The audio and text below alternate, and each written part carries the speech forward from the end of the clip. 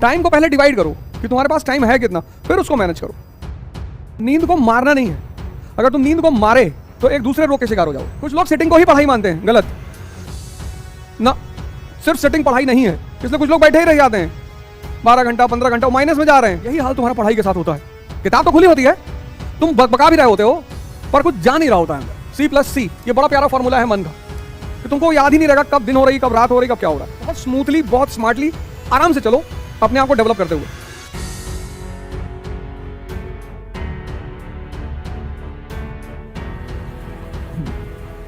जय हिंद फ्रेंड्स।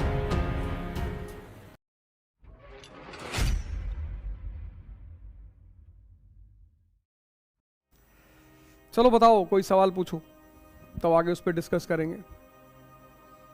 बैठो, आराम से बैठ के पूछो, कोई बात नहीं। टाइम क्या तुम वो कर रही हो, ग्रेजुएशन कर रही हो, सेकंड ईयर है, यूनिवर्सिटी जाती हो? हमारे टाइम में तो कोई जाता नहीं था। अब सेंट्रल हो गई है तो अटेंडेंस लगती होगी। नहीं, अटेंडेंस तब भी लगती थी। कितने घंटे क्लास करती हो? 14 घंटे को बैलेंस करना है, 14 आवर्स। तुम्हारे पास सिर्फ 14 आवर्स होते हैं, इस 14 आवर्स का इस्तेमाल करना होता है। 10 घंटे में तुम्हारा सोना है, यहाँ तुम जो कर लो, मतलब नींद है तुम्हारी, स्लीप है, इसी में तुम्हारा एसेसरीज है, वॉशरूम जाना है, नहाना है, वगैरह वगैरह, और योगा है, मेडिटेशन है, ये सब तुम्हारा इस 10 घंटे में। जितनी स्लीप कम कर लोगे, मान लो 6 घंटे की स्लीप कर लिए, पर 6 घंटे डीप स्लीप। नींद को मारना नहीं है। अगर तुम नींद को मारे तो एक दूसरे रोग के शिकार हो जाओगे। नींद ना आना भी एक रोग है।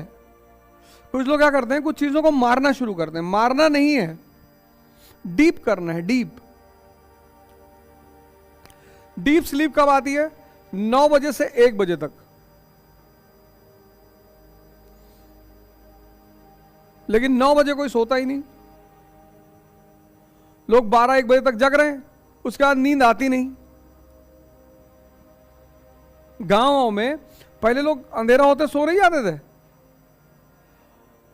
तो एक नई बीमारी पैदा हो गई अब लोगों को, नींद ना आने की। आती लोग अब थक जाते हैं, टूट जाते हैं तो सो जाते हैं, लेकिन नींद नहीं आ रही है। तो तुम इसको 14 घंटे मान लो, 10 घंटे हमने मान लिया। तुम्हारी 7 घंटे की स्लीप है और 3 घंटा तुम्हारी एसेसरीज। अब ये 14 घंटा बचा तुम्हारे पास। इस 14 घंटे में तुम्हारे पास, अगर तुम यूनिवर्सिटी जाते हो तो 4 घंटे मान लो, 3 4 तो 4, फिर उसका तुम्हारे पास 10 घंटे बचे हैं।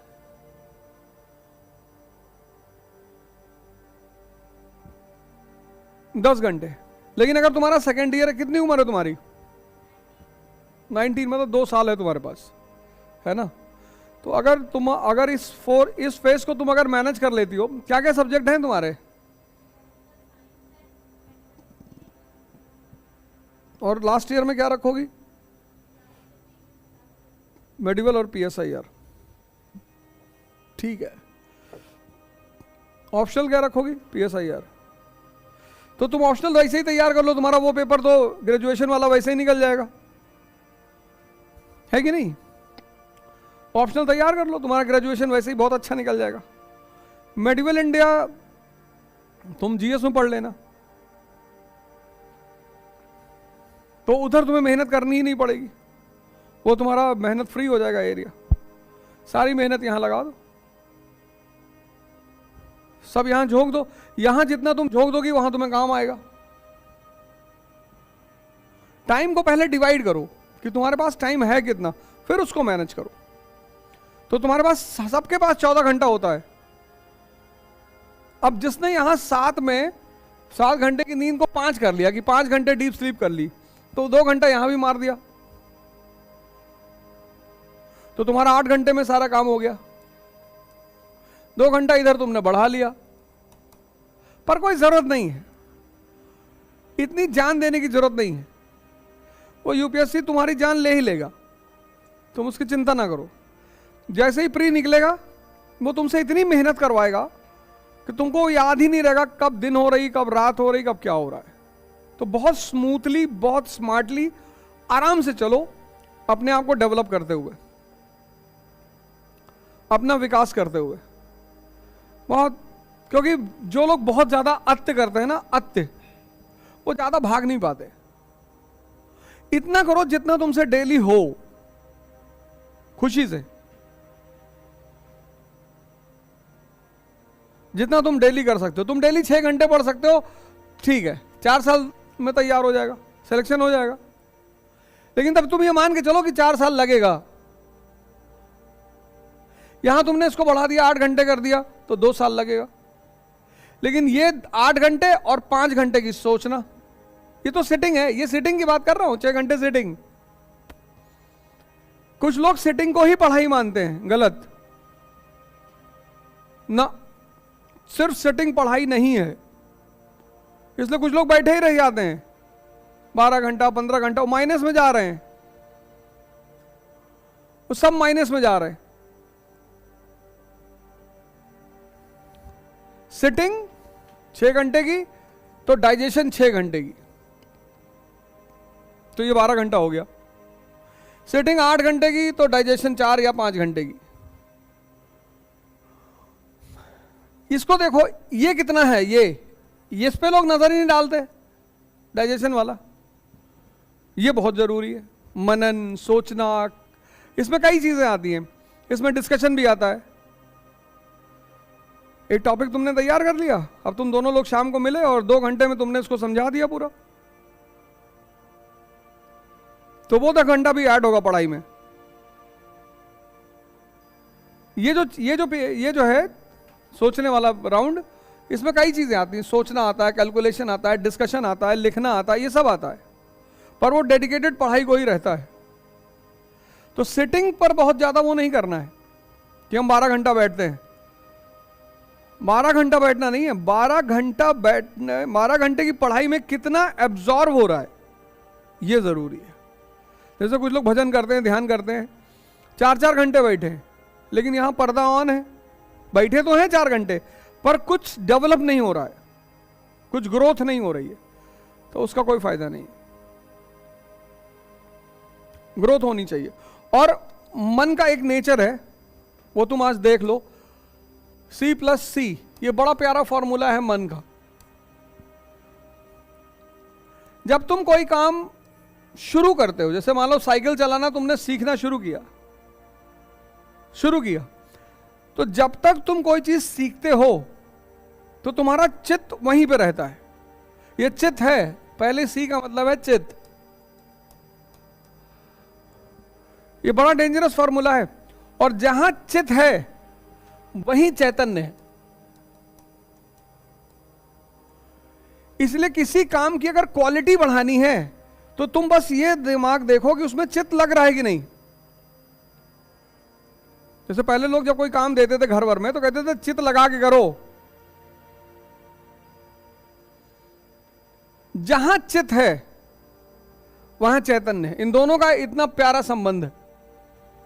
तो जब तुमने साइकिलिंग शुरू की तो चित्त तुम्हारा साइकिलिंग में है, क्योंकि खतरा है ना, गिर जाओगे, हाथ टूट जाएगा, पैर टूट जाएगा। तो जहां भी खतरा होता है, जैसे मान लो कुएं को ऊपर एक पतली सी लकड़ी रखी है, उस पर चलना है, तो देखो तुम्हारा चित्त वहीं पर रहेगा। एक्सपेरिमेंट करके देखो। जैसे यहां मुझे गिरने का डर नहीं है, लेकिन वहां अगर पतली सी लकड़ी रखी हुई है कुएं के बीच में, तो चित्त जहां भी खतरा है वहां चित्त तुम्हारे साथ रहेगा, तब नहीं भागेगा। शमशान में देखो, भाग ही नहीं सकता। कभी चित्त को अपने देखना हो, चैतन्य को, तो कब्रिस्तान में चले आओ रात में, फिर इससे कहो जाओ घूम के आओ। वो जो प्रिया बचपन में साथ में पढ़ती थी, उसके बारे में कुछ सोचो, कहेगा पागल हो गए, अभी कोई निकल आएगा अंदर से। तो तुम्हारी दिक्कत क्या है ना, तुम एक्सपेरिमेंट्स नहीं करते हो। गांधी जी ने कितनी अच्छी टाइटल लिखी, माई एक्सपेरिमेंट विद ट्रुथ, सत्य के साथ मेरे प्रयोग। तुम प्रयोग करते ही नहीं। तुम किसी दिन रात में चले आओ कब्रिस्तान में और अपने मन से कहो कि बेटा उलझ, और उलझ जाए तो मुझे बताना। अगर उलझ जाए तो मुझे बताना, उलझेगा ही नहीं, खतरा है ना। जहां खतरा है वहां चित्त तुम्हारे साथ है। कब्रिस्तान में भाग ही नहीं सकता, और अगर कब्रिस्तान में भाग रहा है तो या तो तुम पागल हो,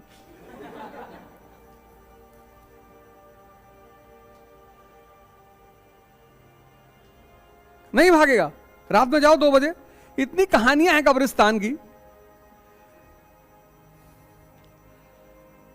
तो लेकिन जैसे ही तुमने, अब देखो एक बात, जैसे ही तुमने साइकिलिंग सीख ली, जब सीख रहे थे तो बड़े अटेंटिव थे, जब सीख ली, साइकिल चलाना आ गया, अब नहीं गिरते, तब साइकिल चल रही है, चित्त कहीं और है। लेके गए, खोस दिए ट्रक में। लोगों ने कहा इतना बड़ा ट्रक, कहे भैया पता नहीं दिमाग कहां था, कहते नहीं लोग। यही ध्यान है। जब तक सीखे तब तक तो साथ में था, क्योंकि जहां खतरा है वहां वो भागेगा नहीं। लेकिन जिस दिन तुमने सीख लिया, उस दिन साइकिल तो चल रही है कि कहीं और है। यही हाल तुम्हारा पढ़ाई के साथ होता है। किताब तो खुली होती है, तुम बका भी रहे होते हो, पर कुछ जा नहीं रहा होता है अंदर। यह तुम्हारी सबसे बड़ी दिक्कत है, और उस पर तुम फोन ले आए हो। इतनी बड़ी दिक्कत के साथ तुम फोन ले आए हो, उसको बगल में रखे हो। यह चीज है कि तुम्हें देखना है कि तुम्हारा चित्त जो है वो तुम्हारा लग रहा है अपने काम में कि नहीं लग रहा। अगर लग रहा है तो उसमें तुम्हें बड़े अच्छे रिजल्ट देगा, वो नहीं लग रहा है तो काम होता रहेगा, रिजल्ट नहीं आएगा।